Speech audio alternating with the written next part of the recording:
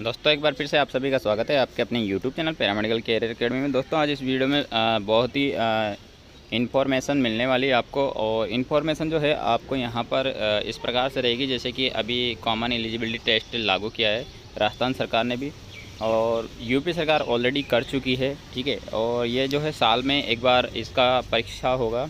उसके तहत जो है राजस्थान में 8 प्रकार की भर्तियां जो है सेट के थ्रू होगी। ये एग्ज़ाम जब आप दोगे तो इसमें आपको एक स्कोर कार्ड प्राप्त होगा और वो 3 साल के लिए वैलिड होगा।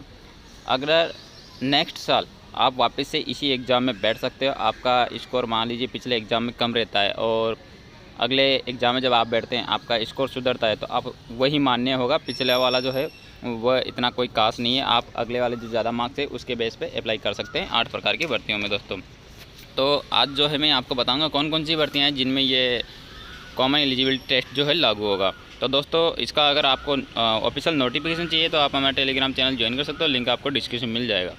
तो दोस्तों यहाँ पर ये न्यूज़ है, आप पढ़ सकते हो। राजस्थान में अधीनस्थ एवं मंत्रालय सेवा चयन में भर्ती के लिए राजस्थान कर्मचारी चयन बोर्ड और राजस्थान लोक सेवा आयोग द्वारा करवाई जाती है। कई बार नियोक्ता पदाधिकारी द्वारा अधीनस्थ एवं मंत्रालय सेवाओं के पद पर चयन के स्तर पर भी भर्तियां की जाती हैं। इन पदों पर भर्ती हेतु इच्छुक अभ्यर्थी को विभिन्न संस्थाओं द्वारा आयोजित भर्ती में प्रत्येक पद के लिए अलग अलग आवेदन करना होता था एवं परीक्षा प्रक्रिया में शामिल होना पड़ता था, जिससे बचने के लिए राज्य सरकार द्वारा समान पात्रता परीक्षा Rajasthan common eligibility test CET 2021 आयोजित करने का निर्णय लिया है। तो दोस्तों ये न्यूज़ है, ये देख सकते हो। इसका ऑफिशियल नोटिफिकेशन भी है हमारे पास, तो वो हम आपको जो है टेलीग्राम चैनल पे भेज देंगे, आप ज्वाइन कर लीजिए। ठीक है दोस्तों। अब दोस्तों इसमें जैसे अगर किसी को कोई डाउट हो, मतलब किसी भी भर्ती को लेकर के, तो आप कमेंट करके हमसे पूछ सकते हैं। तो दोस्तों बहुत सी टेक्निकल पोस्टें हैं, नॉन टेक्निकल पोस्टें भी है, तो बच्चों को कन्फ्यूजन भी बना होगा कि टेक्निकल जो पोस्ट है उनका एग्ज़ाम कौन करवाएगा। तो वो भी मैं जो है आपको इस वीडियो में पूरी जानकारी देने वाला हूँ दोस्तों। तो यहाँ पर एक चीज़ मैं क्लियर कर देता हूँ, इसमें जो अभी जो पोस्ट है और वो मेंशन कर रखी है, अभी हाल फिलहाल तो उन्हीं की जो है ये सेट एग्ज़ाम करवाएगा। उसके बाद में नेक्स्ट जो है अगर कोई नया वैकेंसी इसमें जोड़ा जाता है तो उसका अलग से हम आपको बताएंगे। अभी हाल फिलहाल जो है नॉन टेक्निकल पोस्टें ही इसमें जोड़ी हुई है और 8 प्रकार की भर्तियाँ हैं जो इसमें जोड़ी हुई है, तो वो मैं आपको दिखा देता हूँ कौन कौन सी है। और जैसा कि मैं आपको बता रहा हूँ, अर्जित अंकों की वैधता अवधि 3 वर्ष की रहेगी, अर्थात कोई भी अभ्यर्थी परीक्षा में एक बार परीक्षा देने के बाद 3 वर्ष तक संबंधित पदों के लिए आवेदन हेतु पात्र माना जाएगा। परीक्षा में बैठने के लिए किसी भी उम्मीदवार के लिए कोई सीमा नहीं रखी गई। आयु संबंधी एवं पात्रता के आधार पर कोई भी व्यक्ति अपनी रैंकिंग सुधारने कितनी बार समान पात्रता परीक्षा में भाग ले सकता है। इस अवसर अधिक अंक अर्जित करेगा उसे पात्र गिना जाएगा। ठीक है दोस्तों, ये चीज़ आपको समझ में आ गई होगी। अब आप देख सकते हैं यहाँ पे कौन कौन सी वैकेंसी है जो सेट करवाएगा। पहला है लेबोरेटरी इंचार्ज का है, दूसरा जो है फॉरेस्टर का है, तीसरा जो है हॉस्टल सुपरिटेंडेंट का है, नेक्स्ट जो है क्लर्क ग्रेड सेकंड का है, नेक्स्ट है जूनियर असिस्टेंट, और next clerk grade second, LDC और जमादार। ये आप देख सकते हैं यहाँ पे ये पोस्ट दे रखी। इन पोस्टों का जो है एग्ज़ाम सेट करवाएगा दोस्तों। अब चलते हैं अपन नेक्स्ट पेज पे। नेक्स्ट पेज पे भी आप ये पोस्ट देख सकते हो।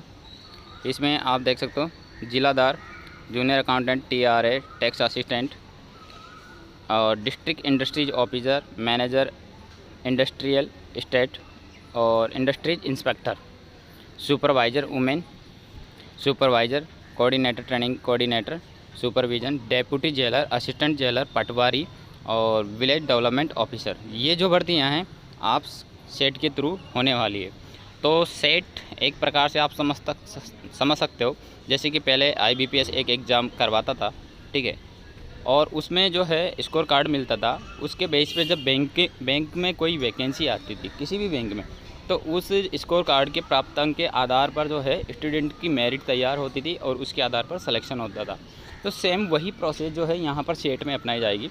यहाँ पर आपकी रैंकिंग सुधार सकते हो आप। ये एग्ज़ाम आपके हर साल होगा, ठीक है। अगर मान लीजिए आपने फर्स्ट टाइम पेपर दिया, आपके यहाँ पर अंक अच्छे नहीं आए, तो आप अगले साल वापस से एग्ज़ाम दे सकते हो, आपकी रैंक सुधार सकते हो। आपकी रैंक जो सुधरेगी उसको पात्र माना जाएगा।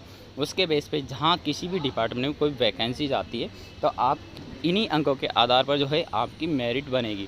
लेकिन वो तभी बनेगी जब कोई वैकेंसी आएगी, आप उसमें अप्लाई करेंगे। अगर आप उसमें अप्लाई नहीं करते हैं तो ये एक प्रकार से आपका सर्टिफिकेट तौर पे काम करेगा, ठीक है, प्रमाण पत्र के तौर पे काम करेगा।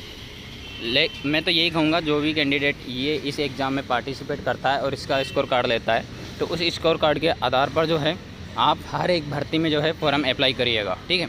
पता नहीं कौन सी भर्ती में आपका सिलेक्शन हो जाए। तो यहाँ तक की चीज़ आपको समझ में आ गई होगी। अगर आपका इससे रिलेटेड कोई डाउट है, ठीक है, अब मैं आपको थोड़ा सा बताना चाहूँगा। अभी जो बच्चे सैनिटरी इंस्पेक्टर वाले ज़्यादा जुड़े हैं, तो उनके दिमाग में तो घुस ही गई होगी ये चीज़ कि इसमें तो हमारी पोस्ट के बारे में नहीं दे रखा।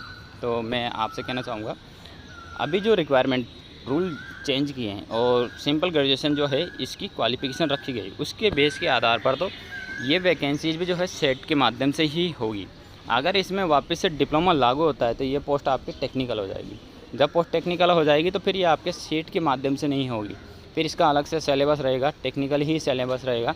उसके अकॉर्डिंग ही गवर्नमेंट डिसाइड करेगी कि ये सेट के माध्यम से करवाना है, तो इसका सिलेबस भी जो है उस प्रकार से रखना पड़ेगा या नहीं रखना पड़ेगा। तो अभी जो है सस्पेंस में बना हुआ। ऐसा ही अगर कोई टेक्निकल और अदर टेक्निकल जो पोस्टें आती है, ठीक है, तो उनके बारे में अलग से अगर कोई गाइडलाइन आती है या कोई नोटिस आता है तो हम आपको ज़रूर इन्फॉर्म करेंगे। तो आप हमारे चैनल पे बने रहिए और चैनल को अभी तक सब्सक्राइब नहीं किया तो सब्सक्राइब कर लीजिए और वीडियो को अपने दोस्तों को भी शेयर कर दीजिएगा। Thank you, bye bye, take care.